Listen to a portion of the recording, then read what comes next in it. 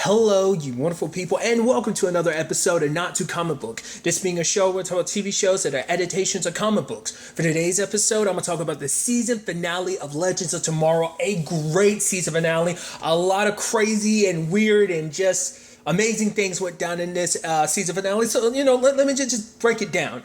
So first and foremost, obviously, it's like the Legends are back. They're out of the TV and everything. And obviously, Charlie's trying to keep this hush-hush to her sisters, which I think is also an interesting thing. Like, even as powerful as they are, even they couldn't immediately tell, like, oh, I guess it makes sense because you would know if something happened to their, because God, what is it? What's the word I'm looking for? The strings that are their fates were tied to television. So, like, why would you know that they're no longer on TV? But it's just like Charlie's trying to make it seem like everything's okay because as long as she keeps her sisters uninformed, they won't go after the Legends. So, obviously, the team is split up because they're like, okay, like, some of them are going to go and try and find the Loom while others are going to try and find the Wave Rider. And, you have Gary and Mona being there like, oh God, the Legends, you're out and everything. And even Gary being like, oh, what was I? Like, was I a hero? Was I a legend? Was I some like rogue? And he was trying to figure himself out. It's like, no, where's the damn Wave Rider? So it's like, it's the forbidden dump where they basically dump off everything. And I thought was so interesting because even when they got there, like Nate was like, what's up with this? Like furry dice? Like what's up with all this stuff? It's like you take away these small things and, eventually people forget they have, within them the will to kind of fight back. So they're literally looking around the entire place trying to find a Wave Rider. Luckily, they end up finding it, which is just interesting to find. Like this time-traveling spaceship, you just dump it in a dump. I just think that's interesting. It's like the fact that you didn't bother utilizing it, I guess it's like when you're kind of manipulating fate, you don't care too much about that because it's kind of fate reaches all across space and time. So I guess you don't really need it. But it's just like you just dump it in a dump. I just thought that was kind of interesting. Obviously, Mick went to go find Lita.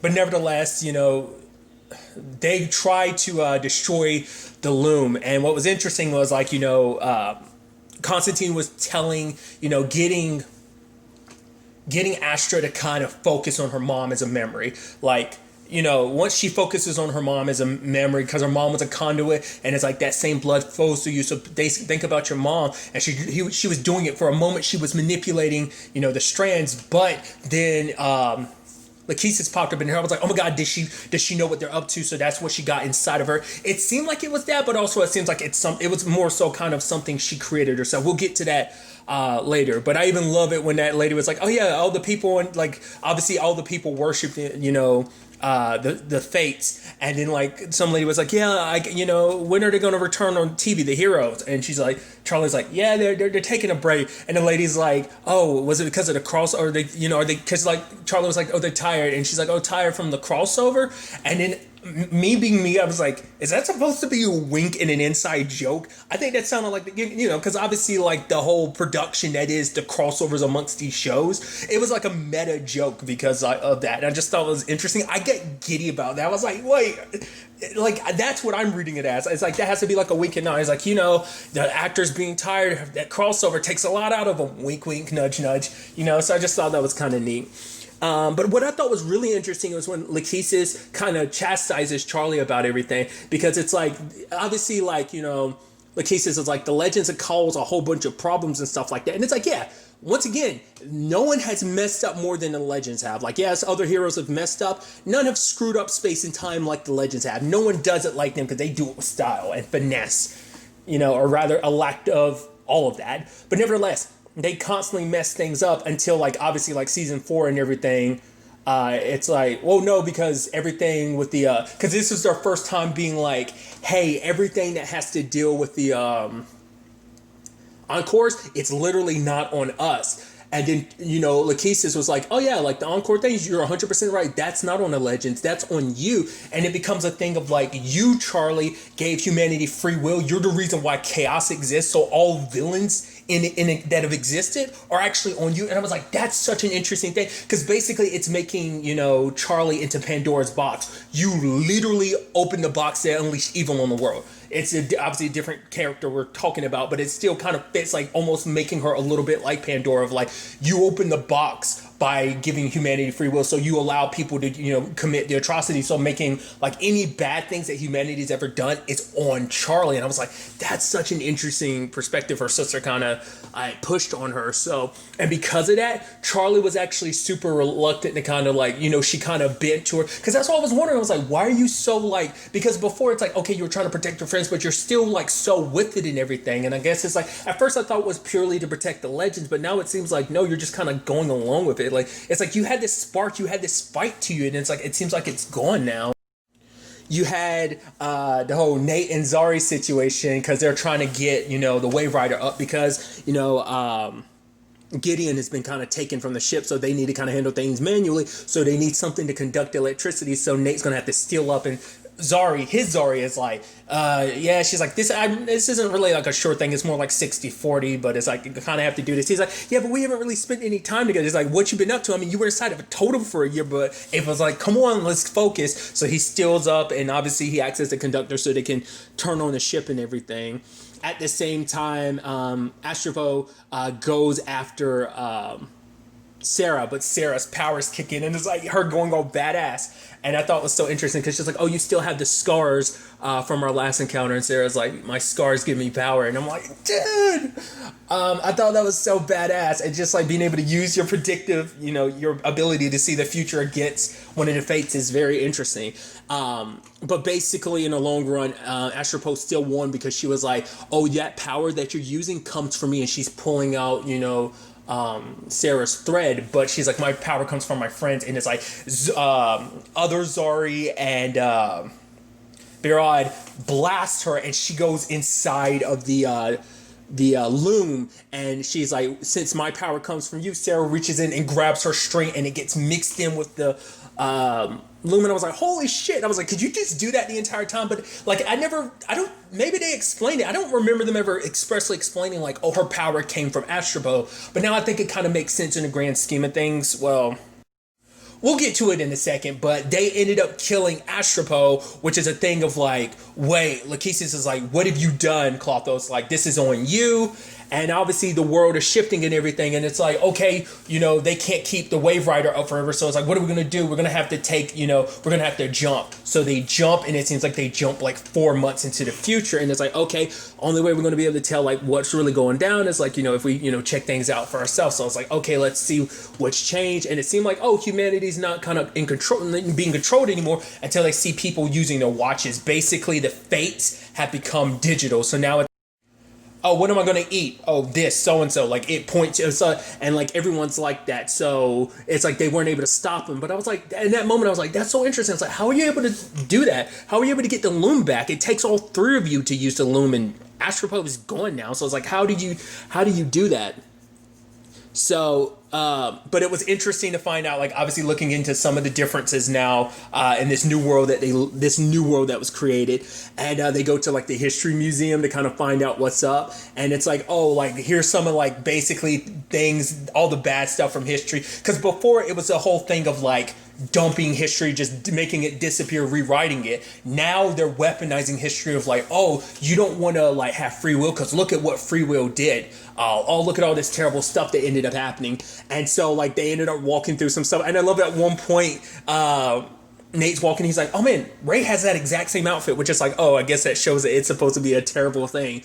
Also, I love that they have the shake weights in there. And Ava's like, what the hell is a shake weight? And Sarah was like, don't even ask, babe. And I'm like, oh my God, I completely forgot those things existed. I was like, I haven't heard anyone mention a shake weight since high school, since I was in high school, dude. Like, I think I do. Are those things even in production anymore? But I love that that's evil. And even one thing saying flat earth theory, I was like, so it's a thing of this complicated thing of like, there's some stuff in there you're like, does that really belong? Like, is shake weights really super evil? And then there's a whole thing of like, well, you know, certain things you're like, okay, you can make the argument about this and that, but it's just like, you know, and it was just interesting because even one point, like John sees cigarettes, he's like, those bloody, and then Sarah's like, you know, you died of lung cancer, John, so you know they got this right. He's almost like reluctant, like, so he has to reluctantly be like, yeah, fine, I get it. But what was also interesting is obviously they look through like the villain history and obviously see like a lot of, you know, history's bad people. And I love one of them is Marie Antoinette. And I'm like,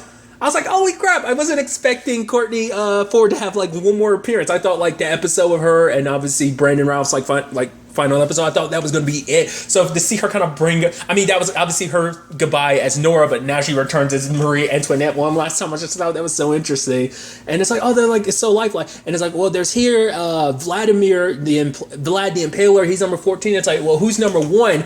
Lo and behold, who's number 2? None other than the legends themselves. I was like, that's so interesting. It's like, oh, because they're God killers. So it's like, from an outside perspective, you're like, that's kind of badass that you're kind of labeled as God killers. That's actually kind of interesting. But I mean, obviously in the context of everything, it's like, oh, it's like, oh, you kill one of our fates and stuff like that. Well, the world knew at that time. I don't remember if they actually expressly talked about the fact is that, well, I mean, obviously they got the name God Killer, so they had, like, it is publicly known that they ended up killing Astropo, but obviously a lot of people look at the legends like, oh, you're terrible, you killed one of our gods type of situation. So that's interesting. Which is interesting too when you actually think about it, because like obviously you had like Savitar being like, oh, I'm the god of speed, and now you have Godspeed. But nevertheless, it's just interesting because they legitimately killed a god. There was also other interesting elements like the whole conversation between John and Astra. I thought was kind of fascinating because basically you end up finding out that like Astra was talking about the fact is that she replaced her mom with Lachesis, and he's like, yeah, I get it, memories are funny, things like that. She's like, no, not just in my memory. She's like, in hell. Like for her, it's like she was a scared little girl, so she, Lachesis came along and was like a mother to her. So Lachesis basically drowned out all the good, all the, like the compassion, all the emotions that she had, like her feelings. It's like it made her lose like her memory of her mom. It's like she, right, because for her it's like she saw how like anyone that was like her, who had any of that spark of good in them, she saw what happened to them. She was like, that was never going to happen to me. So she kind of went along with what Lachesis made her into. And for her it's like, because now she looks at it like, I kind of gladly got rid of my mom because and John was like, everything you did was for survival, but the fact is that's still your mom. And she's like, who? My actual mom, or are you talking about Lachesis? And it's just like, that's a complicated thing. When it's just like, I mean, it's a sad thing, like what she had to do for survival, but it's just so interesting because for her, she never really realized it until this moment, but until she was in her memory like that, where it's like Lachesis being more so her mother than her own mother, like because she kind of buried her mom for so long, so that was kind of a sad aspect to it. At the same time, you had Behrad and OG Zari kind of bonding and everything, and obviously for him, for a quick moment, he remembers like how he actually died. I was like, whoa, like I was like, what's going to happen there? So I didn't really think too much of it when he had that, flash, but it was just kind of like because obviously, it's just a hard thing for him because it's like, oh, he's like, not you. I thought you were my sister. She's like, I am your sister. He's like, no, like, my Zari, new Zari. And it's like, oh, she's like, I get it. Like, it's complicated, there being another me. Also, when it's complicated, that other me, it has a thing for John Constantine, and Behrad's like, you notice that, you picked up on that too, right? So it's like, it's not like their little thing is a secret. I even love later on they're making out, and then like Zari and Behrad are listening, and they're like, this is so disturbing. It's like another version of yourself is making out with John Constantine. It's like, it's got to be weird. Behrad has to be either listening to his sister make out, and it's just like, guys, and she's like, of course, like, what was it? She says like, I'm starting to dislike me, because like, new OG Zari interfered with new Zari getting some, so I just thought that was interesting. But what also started popping up was like we see that because at one point Behrad was, it happened early in the episode, he was like, oh yeah, acid reflux kicked in. I was like, what the hell was that? But now in retrospect it's like, it's because it was all kicking in, because at one point like he looks at his shirt and the gunshot wounds there. I'm like, whoa, is time catching up with you? I'm like, what the hell is going on? So now, at the same time, there's a whole thing with Charlie, because it turns out she's actually the number one villain in history, because much like Lachesis has said, like everything that's ever gone down is on her. Also, their sister Atropo is dead too because of the legends, which that's on Charlie too, so... But they end up breaking Charlie out, and she, once again, she blames herself of like, no, it's because of me that everything's wrong. At the same time, Lita, Mick, Gary, and Mona oh, you came to the ship, because they're like, why are you guys late? And it's like, well, time travel stuff. It's like they jumped and they just happened to come 4 months later, but it's like, we've been waiting for you because everyone's dealing with like two different timelines. The moment the Loom of Fate was going, like the Fates were no longer control, but so many people remembered now what existed before. So the Fates came in again, or in particular, the cases came in again and took control of people. You know, it's like, because people needed to be guided after being forced to be under the umbrella that is the Fates, and now they kind of lose that, like chaos reigned, but then they kind of got reined back in even more so, because it's like, oh, you ran wild for a while, but look at what I'm able to bring to you, peace and stuff like that. That's what she was trying to get across to Charlie, like, oh, the peace I bring to humanity, you know, wouldn't they prefer that over just the chaos of life, being able to live a peaceful life, you know? So it's a complicated,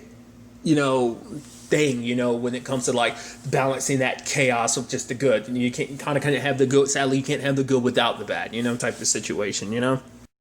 And I love that one by one they try to explain, like, try to pick up, like, yeah, but like obviously because of free will and stuff like that, we're able to get stuff like this. So for example, like Nate starts off with like, it's like the Beatles, but then Charlie was like, yeah, and that inspired Charles Manson to commit some of the atrocities. And they had Ringo singing about an octopus, and Nate's like, damn it. And then Mona's bringing up Mamma Mia too. And it's just like one by one, she's shutting everything down. And like, I forgot what it was. Gary brought something up and she's just like, Gary, and just so disappointed. Gary just turns around like kind of so beaten down and broken, because everyone else is like, what are you doing, Gary?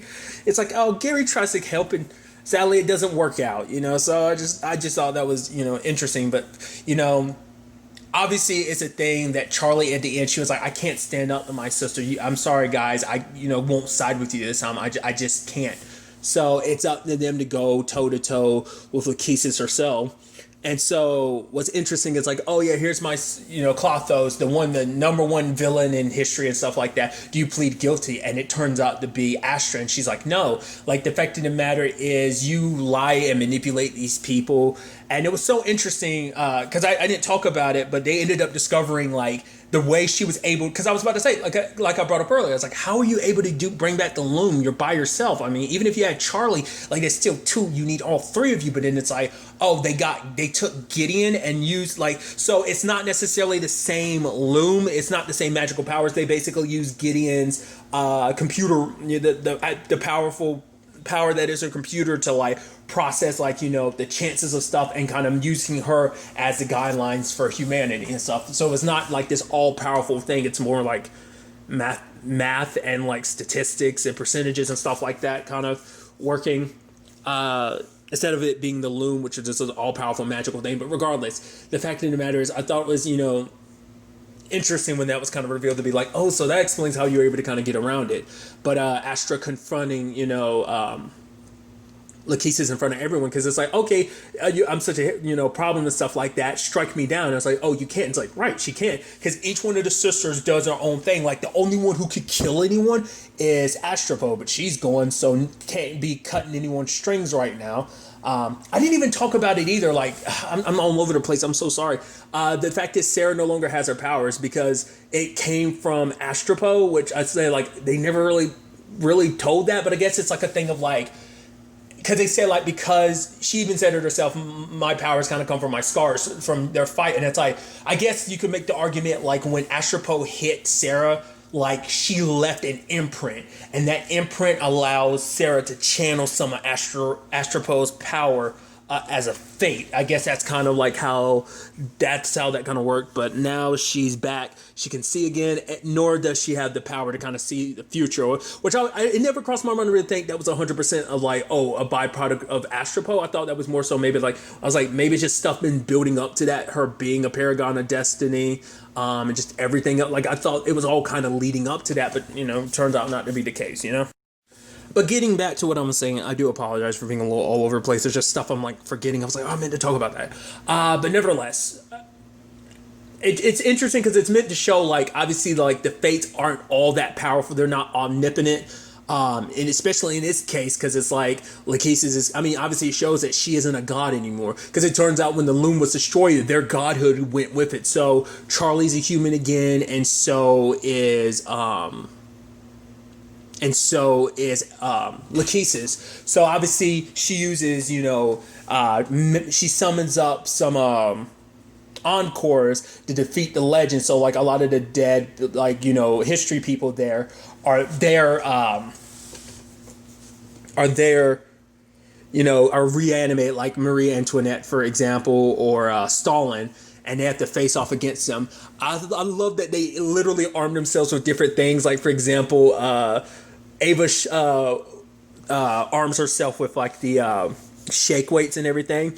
There's also a bit I just remembered. I'm like, how could I totally forget about this? They had freaking Cisco for a second. It's like, wait. And it's like, what's the thong song? And Nate's like, you don't know what the thong... I'm like, oh my God, it's an amazing song. I'm going to play it for you. And Sarah stopped him. At that moment, I was like, oh, of course they're going to stop you because they probably have to pay a boatload of money to get the licensing rights to play that song. It's probably that. So it's like, oh, that's a funny bit. And then Nate walks by and I was like, wait, he walks by just when they're about to battle, turns it on. I'm like, wait, we're doing this. Hell yes. So they're literally fighting the encores and the thong song is playing. I'm like, this, for one, that's like my childhood. I was in elementary school when that song came out. I remember singing that so much because it was such a popular song, dude.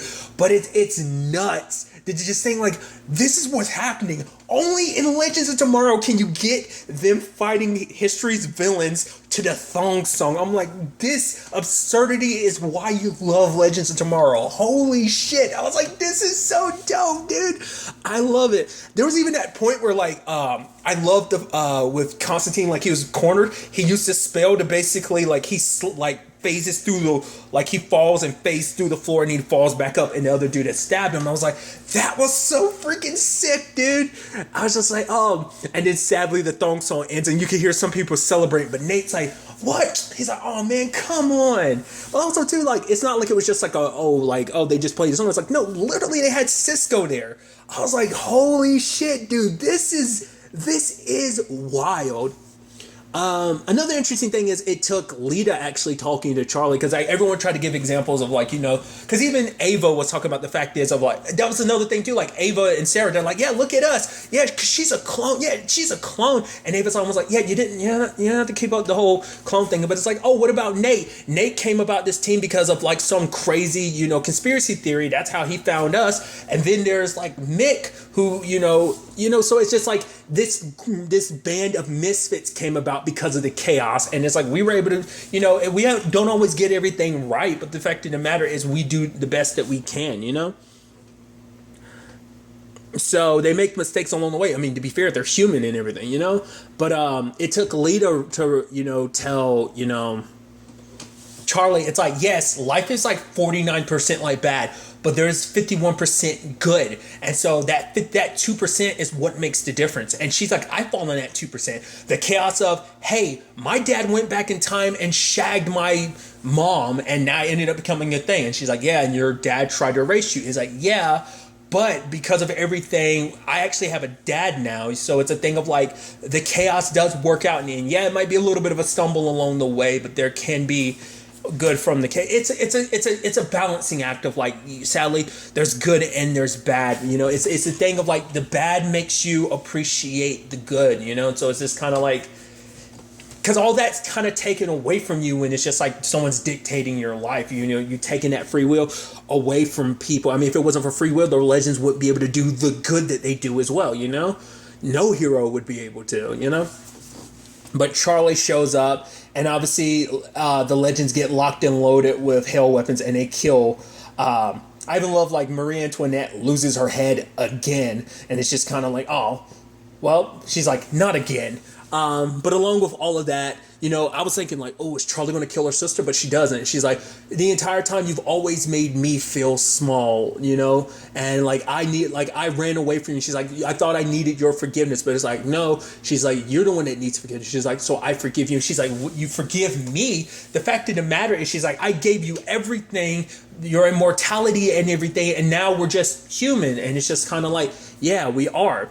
So you have one life now. Don't just waste it trying to like control humanity. Just kind of live your life, Because basically saying like obviously it's not all bad being human, you know. So it's like you have your life now, so just kind of go live it. I was actually surprised. I actually kept halfway expecting Lakeisha to show up later on and kill her or try to in some shape or form, but it's like, oh, her sister's still out there. But I mean, it's not like she has the power. Like the loom is going and it's never coming back. So that's such an interesting, you know, thing.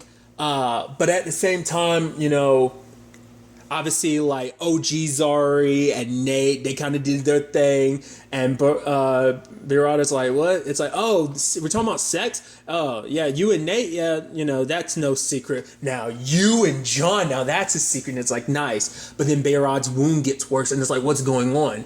Because Zari's here, it's making things worse because it can't two Zaris can't exist because it's two timelines fighting to exist. So for her, it's like, I have to go. But Brielle's like, no. But for her, it's like, I have to because, you know, this time I have an opportunity to save you, you know, because he saved her, although, you know, obviously in her timeline. So it's like, it's time for me to do the same for you. So she kind of has to say goodbye to everyone, especially for Nate. It's the hardest thing too, because it's like, you know, he just got her back and just to lose her, but at least she's like, I wish I could leave you something. But for him, it's like, you did. Like, I got back all of our memories of like everything we went through together. I remember you and everything that happened. And, you know, obviously like they can't talk inside of like the totem and everything. That's not, you know, so it's like, and I figured it wasn't going to be able to last, but to see it kind of turn out like this is like, it's sad, you know. It's like, so meaning we probably will never, like, unless like certain circumstances allow for it, we won't be seeing like this whole split Zari thing. Wasn't going to last, but now it means like we probably won't ever see it again. Like every once in a while, OG Zari might pop up for something. Maybe Zari needs guidance or something. It's so interesting because now it's like, I guess like Zari and Beirut are going to be sharing it, so it's almost doing a little bit of like not obviously not the same thing, but it almost makes me think of kind of like a Wonder Twins thing kind of going on. But nevertheless, it's like, you know, and had the heartfelt goodbyes from everybody, you know. It's just like, after everything and finally getting her back, them having memories of her in the original timeline, and to have, you know, at least they keep that. And I love Mick being like, wait, there was two of them. It's like, Mick, why? Okay, Mick, we love you, Mick, we love you so much. So Zari ends up, you know, dissipating into the totem, and it's like, that's depressing. And obviously Nate's like, I want to drink. So it's like, all right, he's going to drink. So it's like, what do we, you know, they go to like, what was it, the 70s or whatever, and she's playing with the smell and everything. And I love Beirut being like, weren't they dead? And then Nate being like, yeah, well, who hasn't been dead? But even I was immediately like, wait, they were dead. Astropro killed all of them. It's like, how did you shut up? Okay, just kind of accept it. I love that. Then there's like John and Astra, and it's like, well, what are you going to do? She's like, well, she's going to give this whole living above ground thing a while, and she's planning on basically staying at John's place. I was like, holy shit, because like, you know, I had someone wanted, you know, Astra to stick around, and it's like, oh, this could be a situation where we do get to see her kind of stick around, so she might be a bit of a more, at the very least, like anytime John's around, she might pop up to be like, oh, like, you know, she might be more of a student of his going forward, like much like, you know, Gary. She might be the more impressive student, whereas Gary's kind of sort of a bit of a failure to a certain extent. So, but they're partying it up, enjoying it.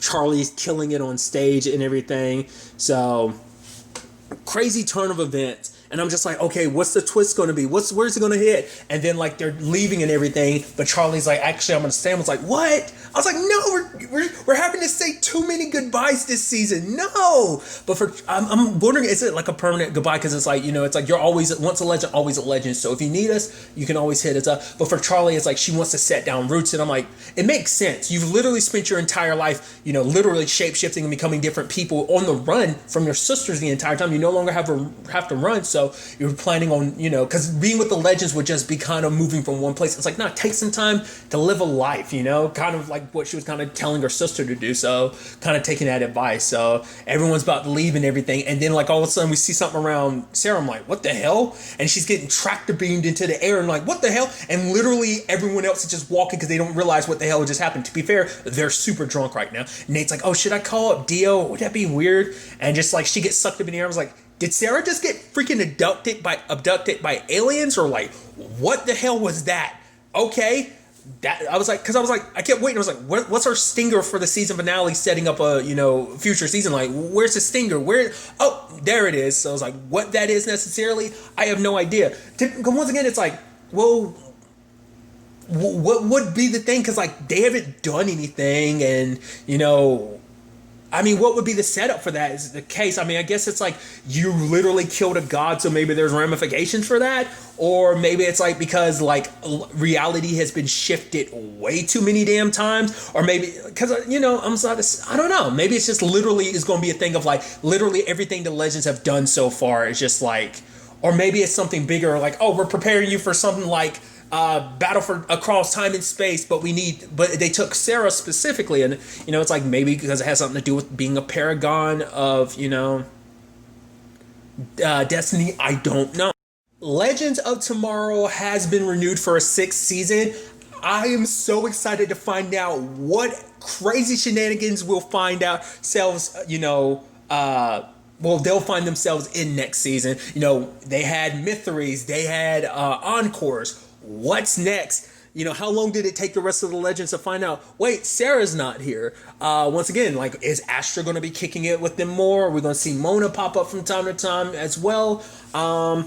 What, potentially we're going to get some, maybe Charlie isn't around anymore. So it's like, are we going to get other heroes to kind of, or, potentially villains going to join the legends? Obviously, Mick continuing to be a father and everything, because him and Lita, that was super adorable. And that's a nice progression for his character. So like, what's that going to be? Like, is she going to be from time to time, on the weekends when she's with her dad, like time traveling with him and stuff like that? Like I said, this is just a show of what shenanigans are the legends going to get into now. And I'm so curious to find out like what the overarching shenanigans are going to be like next season, and just like where this story all ends up taking them, But really, that's all I want to talk about. Till the next time we meet, be happy, be safe, live life to the fullest, and enjoy it. Good day and good